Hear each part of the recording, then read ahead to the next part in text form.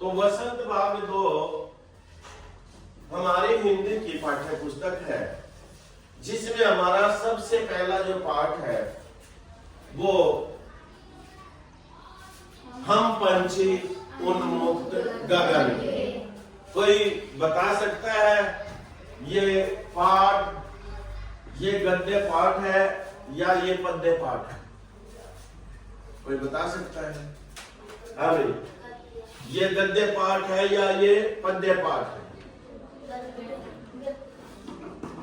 जिस पाठ के अंदर क्या है, क्या सुर लय ताल नहीं होता, छंद नहीं होता, जो एक निबंध की तरह होता है, जिसकी भावात्मक शैली ठीक है होती है, जिसकी प्रेरणात्मक शैली होती है,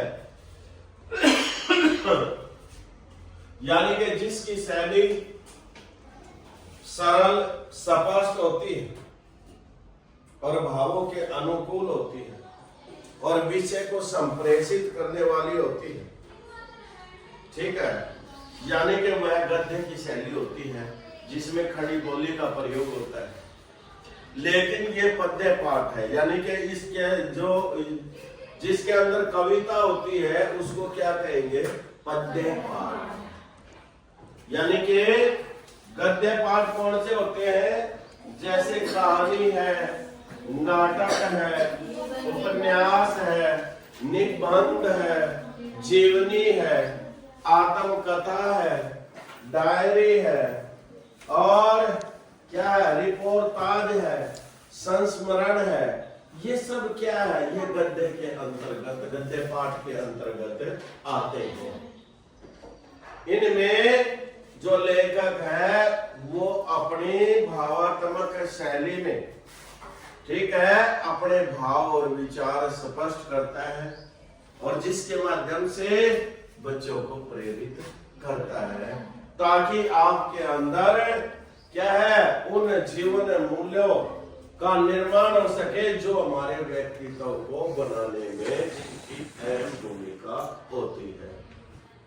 और पद्य पाठ के अंतर्गत कविता आती है, जिसके अंदर हमें सुर लय ताल सस्वर वाचन होता है। मुक्त छंद बद्ध भी कविता हो सकती है और छंद से मुक्त भी हो सकती है। ऐसी कविता हो सकती है जिसके अंदर सुर लय ताल नहीं होता, और ऐसी कविता भी हो सकती है जिसके अंदर सुर लय ताल सभी होते हैं, संगीत की त्रिवेणी होती है, और जिसके अंदर तीनों गुण होते हैं, ओज प्रसाद माधुर्य गुण होते हैं। यानी कि जिसके अंदर रस होता है, रस भरा होता है, श्रृंगार रस भी हो सकता है, वात्सल्य रस भी हो सकता है, वीर रस भी हो सकता है, यानी कि रस से भरी हुई। जब हम सस्वर वाचन करेंगे कविता का, तो उसके अंदर हमें किन किन काव्य के तत्वों का ज्ञान होगा, रस का ज्ञान होगा, अलंकार का ज्ञान होगा, छंद का ज्ञान होगा, और साथ में गुण का ज्ञान होगा, भाषा का ज्ञान होगा कि भाषा कैसी है, छंद कैसा है।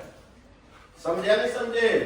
यानी कि और सुर लय ताल का ज्ञान होगा। कोई भी कविता है वो हमारे अंदर क्या है, आपकी उम्र के हिसाब से उच्च जीवन मूल्यों का निर्माण करती है, यानी कि और उसी से हमारे व्यक्तित्व का सर्वांगीण विकास होता है, और उसी के अंदर हमारे अंदर संस्कारों की खेती उत्पन्न होती है, जिसके आधार पे हम अपने जीवन का सर्वांगीण विकास कर सकते हैं।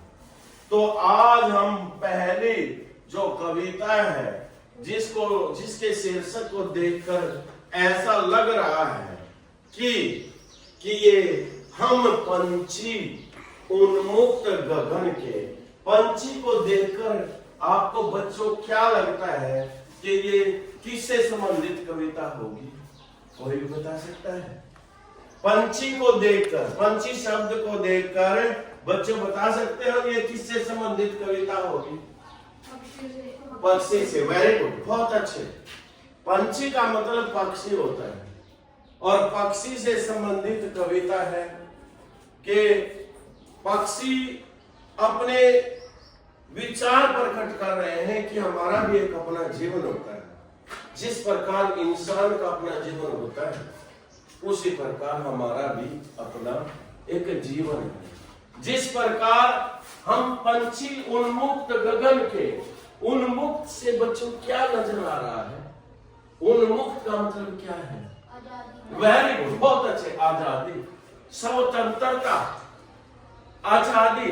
जिस प्रकार व्यक्ति को स्वतंत्र रूप से घूमने फिरने और जीने का अधिकार है उसी प्रकार बच्चों पक्षियों को भी क्या है?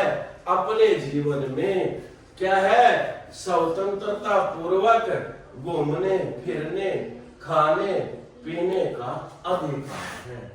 और हमें अनधिकार चेष्टा कभी नहीं करनी चाहिए। किसी के अधिकारों का हनन नहीं करना चाहिए। कहने का भाव ये है, कवि के कहने का भाव ये है कि जब हम अपने जीवन में स्वतंत्रता चाहते हैं, आजादी चाहते हैं, तो फिर पक्षी क्यों नहीं? तो फिर पक्षी क्यों नहीं? और जैसा कि शीर्षक से नजर आ रहा है, हम पंछी उन्मुक्त गगन, गगन का मतलब आकाश, आकाश की विशालता और आकाश की व्याप्तता को देखते हुए आपको क्या लग रहा है कि पक्षी क्या चाहते हैं? आजादी चाहते हैं। और आकाश शब्द जो जुड़ गया है उससे क्या अपेक्षा करते हो कि कवि क्या कहना चाहते हैं आकाश के माध्यम से? बताओ शाबाश। सर जी, जो पंछी है उसको भी कैद में करना चाहिए और उसे पक्षियों को भी स्वतंत्र रूप से खुले आसमान में उड़ने की। वेरी गुड, वेरी गुड, बहुत अच्छे। आकाश हमें उड़ने की प्रेरणा देता है। आकाश की जो विशालता है, आकाश की व्याप्तता है, आकाश का जो विराट स्वरूप है, आकाश का जो खालीपन है, आकाश की जो शून्यता है, उसमें जो पक्षी हैं वो भी क्या है? उड़ना चाहते हैं स्वतंत्रता पूर्वक। वे नहीं चाहते कि हमें बंद किया जाए। जिस प्रकार इंसान को एक कमरे में बंद नहीं किया जा सकता उसी प्रकार पक्षियों को भी क्या है? एक कमरे में बंद नहीं किया जा सकता। इसलिए इसी के जिस प्रकार इंसान को खाने पीने रहने घूमने फिरने का अधिकार है उसी प्रकार पक्षियों को भी पक्षियों को भी अपने जीवन में खाने पीने रहने और उड़ने का, स्वतंत्रता पूर्वक उड़ने का अधिकार है। तो इस कविता में यही बताया है कि हम पंछी उन्मुक्त गगन के, यानी कि हम पंछी उन्मुक्त गगन के। कवि यहाँ स्पष्ट करना चाहता है कि बच्चों, हम कवि पक्षियों के माध्यम से ये आवाज स्पष्ट करता है, ये भाव स्पष्ट करता है कि पंछियों की इच्छा है और वो अपनी भावना को जाहिर कर रहे हैं कि हम पंछी उन्मुक्त गगन के, हम जो पक्षी हैं, हम तो स्वतंत्र आकाश के पक्षी हैं। हमें क्या है? पिंजर बंद नहीं गा पाएंगे। यदि हमें किसी पिंजरे में बंद कर दिया जाएगा तो हमें जो है खुशी के गीत नहीं गा सकते। यानी कि हम तो स्वतंत्र आकाश के पंछी हैं। हम तो आकाश में उड़ान भरना चाहते हैं। यदि हमें किसी सोने के पिंजरे में बंद कर दिया जाएगा तो हम कभी भी खुशी के गीत नहीं गा सकते।